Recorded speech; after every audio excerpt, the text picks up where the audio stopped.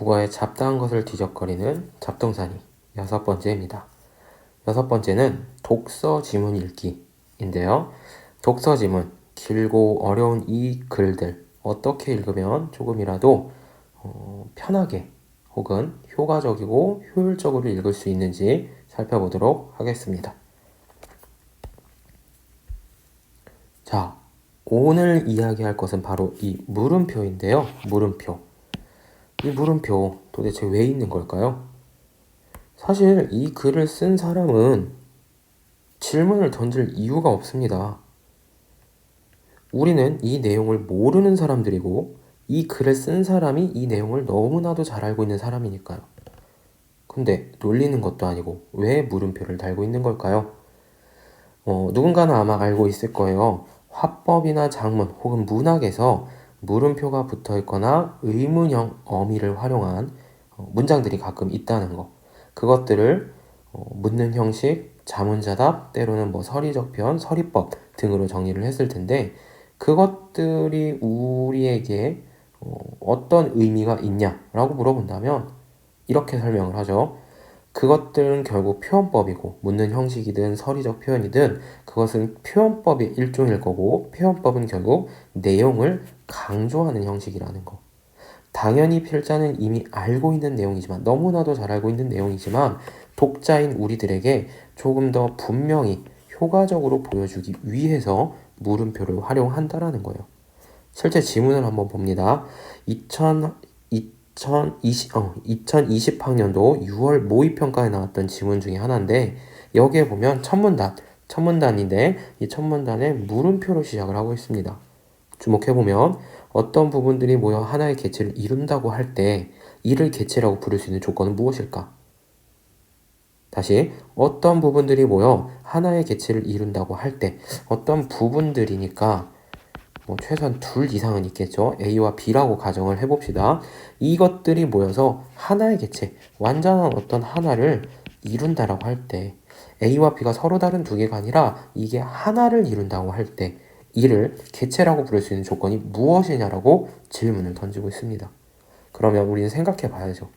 우리는 모르지만 이 사람이 이거에 대한 답을 마련해놨을 거라는 거예요. 밑에를 보면 유사성은 개체성의 조건이 될 수 없다라고 합니다. A와 B가 만약에 서로 닮은 부분이 있다고 하더라도 이것은 개체성의 조건이 되지 못한다는 거. 그러면 이건 답이 아닙니다. 이 질문에 대한 답이 아니에요. 다른 걸 찾아야겠죠. 다른 것이 무엇인가 묻는다면 여기 마련되어 있습니다. 강한 유기적 상호작용이라고. 만약에 A와 B가 서로 유사하진 않더라도 서로 아주 강한 유기적인 아주 끈끈한 때려야 뗄 수 없는 강한 상호작용을 하고 있다면 얘네 둘은 하나의 개체를 이룬다라고 할 수 있다는 겁니다. 넘어가 봅니다. 자, 이 다음 문단은 마지막 문단입니다. 앞에 것이 첫 번째 문단에 있었던 질문이었다면 여기 마지막 문단에도 질문이 하나 있습니다. 질문을 읽어보면 미토콘드리아는 여전히 고유한 DNA를 가진 채 복제와 증식이 이루어지는데도 라고 했으니 앞의 내용은 그렇게 중요한 정보가 아닐 것 같네요. 뒤에 이어지는 게 더 중요할 것 같습니다. 미토콘드리아와 진핵세포 사이의 관계를 공생관계로 보지 않는 이유는 무엇일까? 공생관계? 중간 부분을 건너뛰었기 때문에 공생관계에 대한 공백이 있겠지만 이어서 보면 됩니다. 자, 물음표 뒤를 볼까요? 어쨌든 미토콘드리아와 진핵세포, 이 A와 B라는 두 요소의 관계를 공생관계로 보지 않는 이유가 무엇일까인지 질문을 던지고 있습니다. 그거에 대한 답은 두 생명체가 서로 떨어져서 살 수 없더라도 각자의 개체성을 잃을 정도로 유기적 상호작용이 강하지 않다면 그 둘은 공생관계에 있다고 본다. 질문이 뭐였죠? 공생관계로 보지 않는 이유를 물어봤죠. 이유를. 그 다음 답변이 뭡니까? 유기적 상호작용이 강하지 않다면 공생관계로 본다는 거예요. 그러면 공생관계로 보지 않는다고 했으니까 미토콘드리아와 진핵세포 사이는 강한 유기적 상호작용이 있다고 할 수 있겠네요. 그러면 이 질문, 마지막 문단에 나온 두 번째 질문은 첫 번째 질문하고 크게 다르지 않습니다. 실제로 첫 번째 질문은 공생관계로 보지 않는 이유는 무엇일까에 대한 질문을 비슷하게 했었죠. 그 둘을 하나의 개체로 보는 이유에 대해서 그건 바로 강한 유기적 상호작용이라고 말했었습니다. 마찬가지예요. 공생관계로 보지 않는 이유, 이 둘을 공생관계로 보지 않는 이유, 하나의 개체로 보는 이유는 무엇이냐? 유기적 상호작용이 강하다고 보는 거죠. 밑에 미토콘드리아와 진핵세포 간의 유기적 상호작용은 둘을 다른 개체로 볼 수 없을 만큼 다른 개체로 보지 못한다, 하나의 개체로 봐야 한다라는 거죠. 결국 첫 번째 문단하고 마지막 문단에서 질문을 던지고 내용을 전개하는 방식은 거의 같습니다. 다른 차이점이 하나 있다면 첫 번째 질문 같은 경우는 어떤 특정한 요소로 제한을 하지 않았을 뿐인 거죠. 그러면 지문에서 보여지는 물음표는, 지문에서 확인할 수 있는 물음표는 결국 가장 중요한 내용을 담고 있다고 볼 수 있습니다. 그 물음표 자체, 그 질문 안에 가장 중요한 내용을 가리키고 있다는 거고, 그 물음에 대한 답을 찾는 것이 가장 중요한 내용을 찾는 것과 동일하다는 거죠. 그게 바로 필자가 의도한 바일 거예요.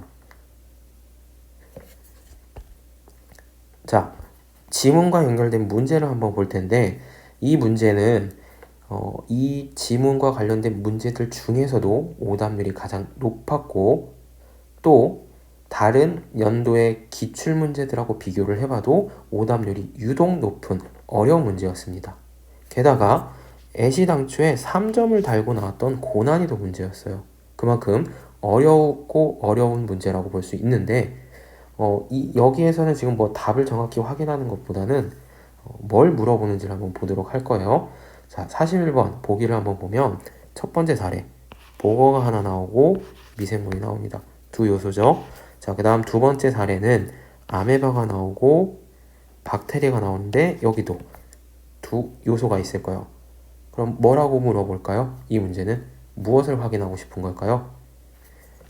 보거가 A고 미생물이 B고 아메바가 C고 박테리아가 D라고 한다면 이 둘의 관계가 공생관계인지 혹은 하나의 개체를 이루고 있는지를 묻겠죠.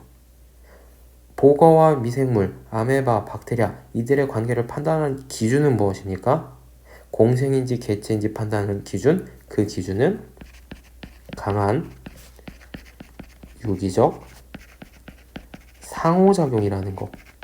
물론 그 강한 유기적 상호작용이 생물학적으로 어떤 요소로 설명되는지는 본문 안에서 더 끌고 와야 되겠지만 이런 답변 정도는 가능하다는 거죠. 강한 유기적 상호작용이 필요하다는 거. 실제로 선택지를 보면 두 개의 선택지만을 가져왔는데 이 둘 중에 하나가 답이고 다른 하나는 선택률이 굉장히 높았던 매력적인 오답입니다. 자, 여기 한번 1번을 보면 아메바의 세포질에 서식하는 박테리아, 아메바와 박테리아의 관계를 묻고 있는데 세포 소기관으로 변했다 라는 설명을 하고 있습니다. 세포 소기관이라는 건 본문의 설명에 따르면 하나의 개체로 인정을 한다는 말입니다. 5번을 보면 아메바의 세포질에서 서식하는 박테리아와 아메바, 박테리아 그리고 독소를 생산하는 미생물 보거와 독소의 관계를 물어보는 건데 독소를 생산하는 미생물의 관계를 물어보는 건데 모두 공생관계고 그렇다는 건 아메바와 박테리아에 대한 판단이 1번하고 5번은 서로 완전 충돌하고 있습니다. 1번이 맞다면 5번이 틀렸을 것이고 5번이 맞다면 1번이 틀릴 수밖에 없는 거죠. 뭐가 답인지는 따로 한번 확인을 해보는 게 좋겠지만 확실한 거 하나는 이 문제는 결국 본문에서 두 번이나 반복해서 물었던 질문, 두 요소, 어떤 것의 관계를 판단하는 기준, 그것을 새로운 사례로 적용할 수 있느냐 이런 것을 묻고 있는 것이죠. 가장 어려운 문제가 결국은 본문에서 물었던 가장 중요한 내용을 물어보고 있는 셈입니다. 이렇게 독서 지문에서 물음표가 붙어있는 그런 의문을 달고 있는 문장들에 주목을 해본다면 글에서 요구하는 가장 중요한 내용을 조금 더 효과적이고 효율적으로 판단할 수 있습니다.